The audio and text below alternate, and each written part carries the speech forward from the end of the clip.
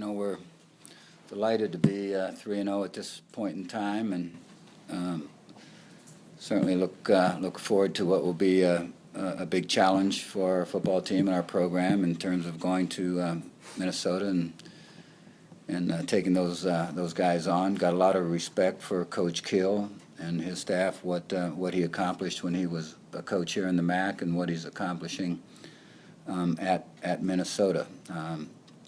So it will definitely be a challenge. I think our guys are anxious to try to meet that challenge. I expect that both teams will be well coached and ready to play a very good football game. Obviously, they're big and they're physical. They're athletic, so they'll be the most powerful football team that we have played up to this point, and how we match that, will obviously tell us a little bit about, or show us a little bit about what we can get done against those guys. What makes them so good defensively? They're big and they're athletic. They don't just play straight up all the time. They're able to, with their size and strength, also able to slant and move and do things that sometimes bigger guys can't do with the effectiveness that they're able to do it. And so you look at their secondary; they support on runs very quickly. Their safeties are very active in the run game, and so they're a group that really doesn't get knocked around.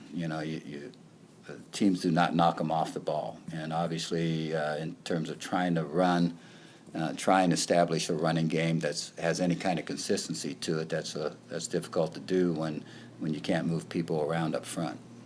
Is that physicality also on the offensive side of the ball for them? Yeah, they've been an offensive football team that likes to come at you and certainly do a great job of that. They're a very powerful unit on offense, and they will hammer you, and how well we are able to take that on will determine some things in the game. If you can run at people and run effectively at people, you come off of that with play action passes and give yourself a chance to hit some deep balls and have a complete offense that way. And so, that's what they generally have been all about. Kent State held them to 10 points last week. What were they able to do so well against that offense? Well, I thought Kent did a very good job of playing defense against those guys. Now, I think Coach Kill himself said that offensively they need to get some things straightened out, and he's a bright coach, and so they'll go about that. It's not necessarily a good deal that Kent played them so close and got their attention, and they'll be definitely focused on us and ready to go. But Kent did a great job of getting ready for the game and putting a game plan together. What do you guys need to change offensively or improve upon offensively to kind of attack the Minnesota defense? Well, right now we're getting explosive plays. That's going to have to stay as we go through the season. We're going to have to continue to be able to do that. We want to be able to establish the running game a little bit more than really what we have been able to do. We've had some good runs, but in terms of lining up and just being able to put some first downs together by running at people, I'd like to see us get a little bit better at that. I think we've shown signs of being a pretty good running team, but we need to collectively do things up front and with our backs and receivers and get it all coordinated a little bit better to move the ball on the ground the way we want to move the ball on the ground. I think we've got Darius, JD when he was in there, have thrown the ball really well for us, and their passing percentage is pretty good.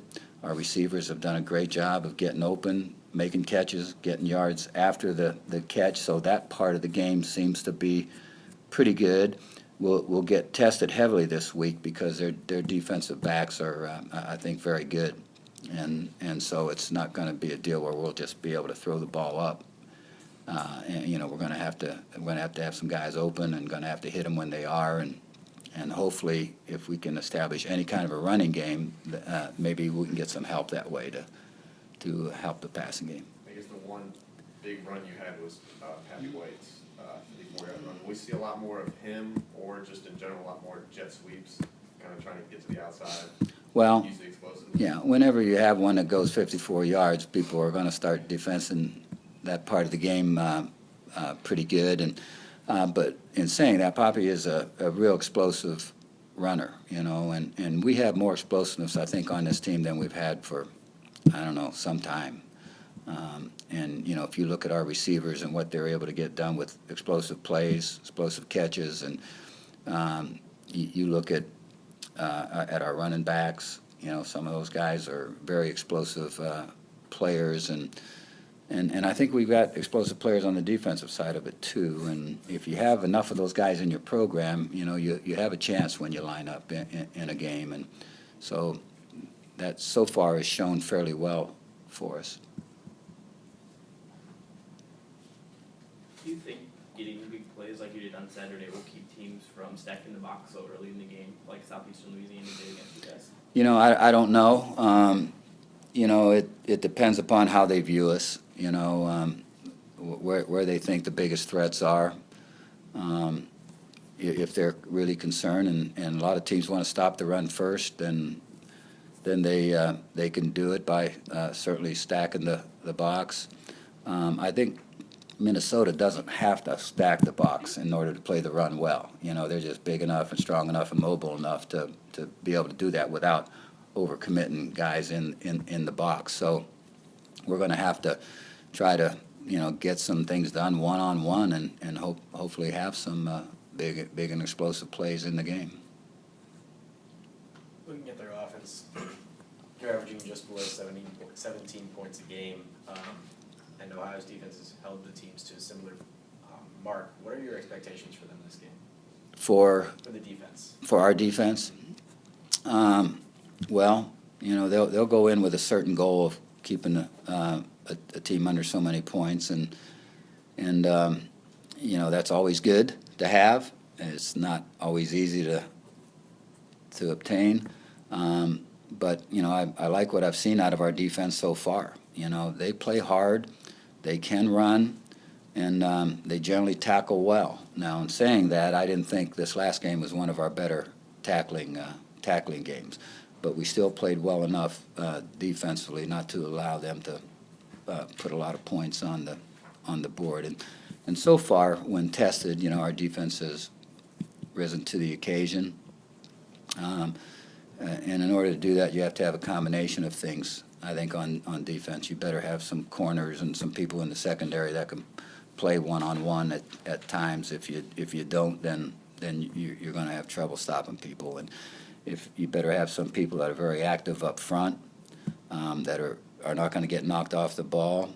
If you have that, and you have backers that can run and help fill spots, help fill gaps defensively, and get back to where they're supposed to get and cover some people out of the backfield at times, man-to-man.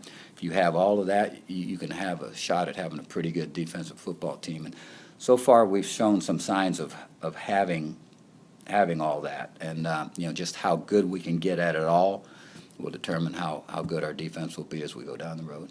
Kent State only had 3 plays in Minnesota territory. Could you see this as a game that comes down to just a defensive slugfest going back and forth?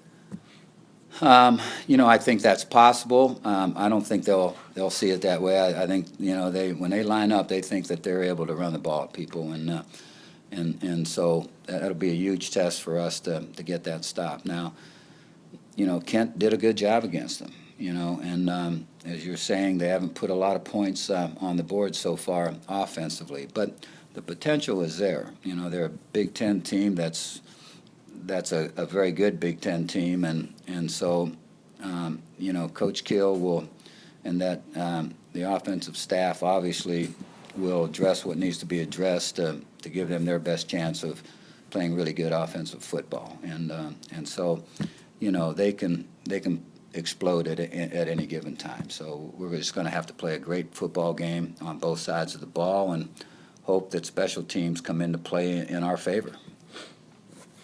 Looking at games like this, things that can swing the momentum really quickly, things like big plays and turnovers, how prepared do you feel your team is to take care of the football and keep those big plays from happening on defense? Well, you know, could only speak for the first 3 games, and so far I think they've done a very good job of that. You know, winning the turnover ratio and winning the explosive play battle are 2 things that we feel are critical to winning football games, and we've been able to do that so far. And that's, I think, one of the reasons that we are 3-0 at this point. But every game's a new game when you line up in terms of those issues, you know. Hopefully we'll continue to take care of the ball the way we have, and if we do, then that shouldn't get out of whack in a negative for us. And we need to continue to find ways to make big and explosive plays against anybody we play. If we can do that, then you know, we should be in every ball game. We should have a chance to win, and so that's our goal. How do you guys define explosive plays again? Is it runs of 15 and more, passes of 20 and more? No, it goes to there's extra explosive, explosive, and big. Okay. You know, just explosive and extra explosive and big. That's the way we categorize it, and they're all the same. So a big run and a big pass is 10 to 19, 20 to 29 is an explosive, and 30 and above is an extra explosive. And the only reason we've gone to that formula there is because we can get national statistics on that and where you stand. There's somebody that does that, you know, and so that's the one that we're using because of that, and it seems to fit well in terms of, you know, this past game, and when you add it all up, it was 17-7 in our favor in big explosive and extra explosive plays. That's a huge advantage. Wasn't where you guys had broken down into 3 different tiers. Mm-hmm. You spoke with Coach Keel in the offseason. At Media Day, you said that you had talked to Minnesota a little bit. Is it exciting to play them now and, you know, see what they've done since you last spoke during the offseason?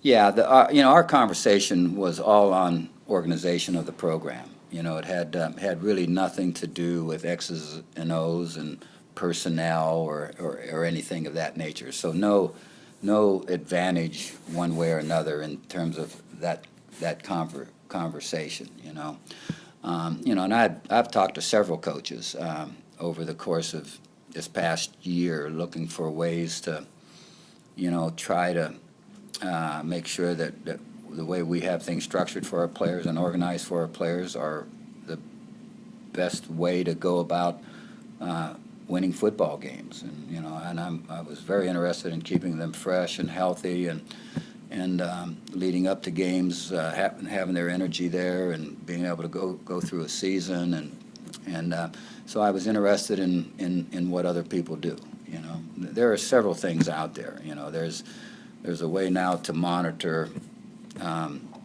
basically a guy's reps and how much energy he's putting out. You can put it on a shoulder pad, I guess, or on a wrist or on some part of the body or equipment, and you know, it gives you feedback information in terms of how much exertion and effort a player is putting out, and so, you know, you want to make sure they don't get over so many reps through the course of a practice, so many reps during a week, and it's broken down position-wise, and so, you know, all that kind of stuff is out there. Obviously, all that kind of stuff costs money, you know, I was interested in what we can control along those lines, and I think right now we're doing a good job of it. But you know, it's it's always a deal where you're tempted to want to keep them on the field longer. You're tempted to want to get them more reps. You're tempted to want to get them more meeting time. And in the end, how much does that just become a problem down the road for them, to where physically, mentally, they're exhausted. The idea is to keep your guys as fresh as possible, and the two things that are most important are their legs and their shoulders. You can't run if you don't have fresh legs. I guess you can, but it's not very fast. And you can't block and you can't tackle if you're banged up in the shoulders. So those are huge and key. So how you practice during the week should come out at the end to where you're as good a shape as you can be in those two areas. You're an old school kind of coach. Has that been tough for you to buy into? Did you have to fight against your own inner nature to listen to some of that stuff? There is a lot of old school in me, of course, but no, I've not had to fight it. There's enough information out there that's been pretty convincing, even to you. Yeah. They're even to me. Is that? you do things one way a long period of time. Yeah. I've never had that be a problem with myself in terms of just doing things one way and thinking there's only one way to do things. I honestly believe that there's several ways of getting things done. Is there a better way than what we're doing? I'm in search of it all the time, and my eyes aren't closed to being able to realize when we've come across something that's going to help us. And then it's very easy for me to make the move. This isn't the same game it was 30 years ago, 40 years ago, 10 years ago. It's a different ball game, and the guys are so much bigger, stronger, faster, and you've got to be able to, I think, adapt to the changes that are necessary to make sure you're giving your guys their best shot. It doesn't pay to be great in practice and not so great in games. The idea is to have your guys fresh, try to keep them as healthy as possible. We've had a couple years of, maybe 3 actually, of injuries that have really kind of taken us out of, as the season goes along, being the kind of football team we want to be. And that's what really got me out in search of looking at how we practice, how other teams practice, what can we do to cut down on the injuries. And so I jumped into that with both feet. Some years it's just you're just not having luck. Some years it's just a deal where it has nothing to do with your preparation, and you may just run into a series of injuries that are just there, and it's just kind of bad luck. But you want to make sure that you're not adding to that. So you guys haven't invested in the biometric tracking system just yet? No, we haven't. Paper style, keeping track of it? Yeah, we are. We know how many reps certain guys are getting and what that means to us all.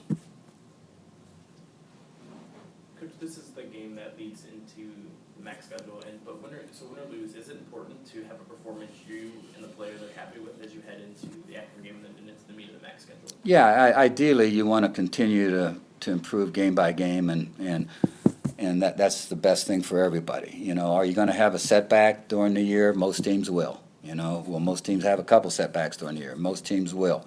And if that happens, then it's how you come off of that kind of determines a lot. You can't let one game determine your season and have your season cave in because of it.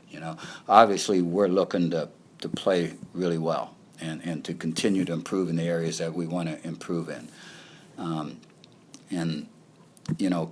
Coming off the non-conference schedule, you want to have momentum. And right now we have some momentum, and I think our guys are determined to play well. I expect them to play well and come out of that feeling pretty good about their effort and where they're at and what it all means to going forward. Do we want to win? There is no question. you know. And do we believe we can? Yeah, you know. But it's going to be a heck of a task to get this thing done. But we need to just get everybody on board and play our best football games of the season so far.